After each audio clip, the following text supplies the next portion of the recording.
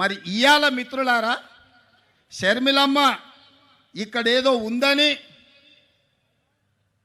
అట్లా పోయి కుర్చీలో కూసుంటాను రాలే, అన్ని ఆలోచన చేసింది, నాతో మాట్లాడింది. అన్నా నేను అక్కడికి పోతున్నా ఏం చేయాలి అంటే, ఎందుకమ్మా ఆడ ఏం లేదు కదా అన్న ప్రజలు కష్టాలలో ఉన్నారు. ఇక నేను నిర్ణయించుకున్నా, వైఎస్ఆర్ మా నాన్నగారి ఆశయ సాధన కోసం ఈరోజు ఆంధ్రప్రదేశ్ ప్రజలు కష్టాలలో ఉన్నారు, వాళ్ళకు అండగా నిలబడడానికి నాకు వయసు ఉంది, ఓపిక ఉంది, వాళ్ళ కోసం కొట్లాడే శక్తి ఉంది. నేను మళ్ళా వెనక్కి వెళ్తున్నా, వైఎస్ఆర్ బిడ్డగా, ఆయన రాజకీయ వారసురాలుగా ఎక్కడైతే పోగొట్టుకున్నామో అక్కడనే మొదలు పెడతాం. వైఎస్ఆర్ ఆశయ సాధను ఆంధ్రప్రదేశ్ గడ్డ మీద జెండా బాతుతాం. నేను కొట్లాడతా, నేను కాంగ్రెస్ పార్టీని నిలబెడతా, ఆంధ్రప్రదేశ్ హక్కులను సాధిస్తా అని వారు చెప్పినారు. వారికి తెలియదు అనుకుంటున్నారా ఈ ప్రాంతంలో ఎన్నికల్లో నెగ్గడం అంత ఆశామాసి కాదని? అచ్చోసిన ఆంబోతులాక వాళ్ళిద్దరు తలపడుతుంటే అది తెలియదని షర్మిలమ్మ రాలే. షర్మిలమ్మ ఆలోచన చేసింది, కఠోరమైన నిర్ణయం తీసుకున్నది.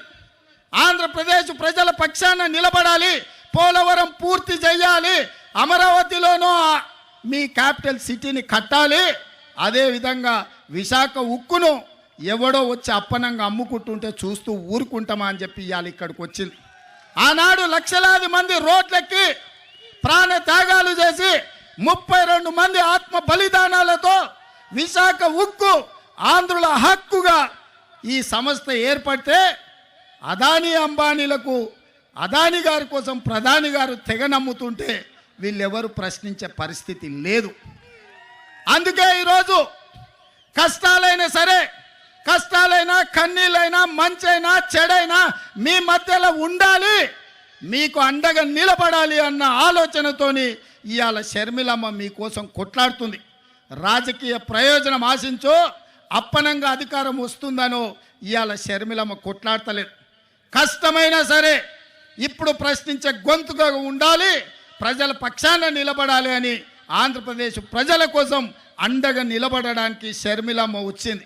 ఇవాళ కొంతమంది మాట్లాడుతున్నారు, రాజశేఖర రెడ్డి గారికి షర్మిలమ్మకు ఎట్లా ఆయన వారసత్వాన్ని క్లెయిమ్ చేస్తుందని. నేను ఆ సోయిలేని వాళ్ళని ఒక మాట అడగదలుచుకున్నా. రాజశేఖర రెడ్డి గారి చివరి కోరిక ఏందయ్యా? రాహుల్ గాంధీ గారిని ప్రధానమంత్రిని చెయ్యడమే చివరి కోరిక కింద మాట్లాడి, కాంగ్రెస్ పార్టీని అధికారంలోకి తేవడమే తన లక్ష్యంగా, తన బాధ్యతగా వైఎస్ఆర్ గారు మాట ఇచ్చిండ్రు. ఆడ కేవీపీ రామచంద్రరావు గారు, రఘువీర్ అన్న ఉన్నాడు, ఆయనకు అత్యంత సన్నిహితులు. వారు చెప్పిందే రాహుల్ గాంధీ గారిని ప్రధానమంత్రిని చేయాలి, కాంగ్రెస్ పార్టీకి అత్యధికంగా సీట్లు తీసుకురావాలి. ఏ రోజు కూడా రాజశేఖర రెడ్డి గారు బీజేపీతో అంటగాగలే, బీజేపీ నీడని కూడా రాజశేఖర రెడ్డి గారి మీద పడనివ్వలే. ఏ రోజు కూడా సెక్యులర్ ఫోర్సెస్కు వెనకాల నిలబడ్డాడు. ఏ రోజు కూడా కమ్యూనల్ ఫోర్సెస్తో అంటగాగలే. అధికారం ఉన్నా అధికారం లేకపోయినా, కేసులు పెట్టినా, జైల్లో పెట్టే పరిస్థితి వచ్చినా, ఒక ప్రజాస్వామికవాదిగా, ఒక సెక్యులర్ నాయకుడిగా వైఎస్ఆర్ నిలబడ్డాడు. మరి వైఎస్ఆర్ వారసులమని చెప్పుకునేటోళ్ళు ఇవాళ ఎవరి పక్కన నిలబడ్డారు, ఎవరి ఆశయం కోసం కొట్లాడుతున్నారని నేను అడుగుతున్నా. ఇదేనా వైఎస్ఆర్ వారసుడిగా మీరు చేసేది? మోడీకి అండగా నిలబడి సెక్యులర్ ఉన్న ఈ రాష్ట్రాన్ని ఒక కమ్యూనల్ చేతిలో పెట్టదలుచుకున్నారా? షర్మిలమ్మ అడిగినట్టుగా మణిపూర్లో లక్షలాది మంది నిరాశ్రయులై వేలాది మందిని చంపుతుంటే మోడీ ప్రభుత్వం ముష్కరులకు అండగా నిలబడితే ఒక్కసారైనా మీరు ప్రశ్నించినరా నేను అడుగుతున్నా. గోద్రాలో సంఘటనలు జరుగుతుంటే మోడీని ఆ రోజు వైఎస్ఆర్ గారు అడిగినరు, కడిగినరు. మరి ఆయన వారసులైతే మణిపూర్లో జరిగిన అరాచకం మీద మాట్లాడాలి కదా, ఎందుకు మాట్లాడలేదు మిత్రులారా? మీరా వైఎస్ఆర్ వారసులు? షర్మిలమ్మ పక్కన వైఎస్ఆర్ అని ఎట్లా పెట్టుకుంటుందని, వైఎస్ఆర్ అంటేనే వై షర్మిలారెడ్డి, ఆమె పేరే వైఎస్ఆర్.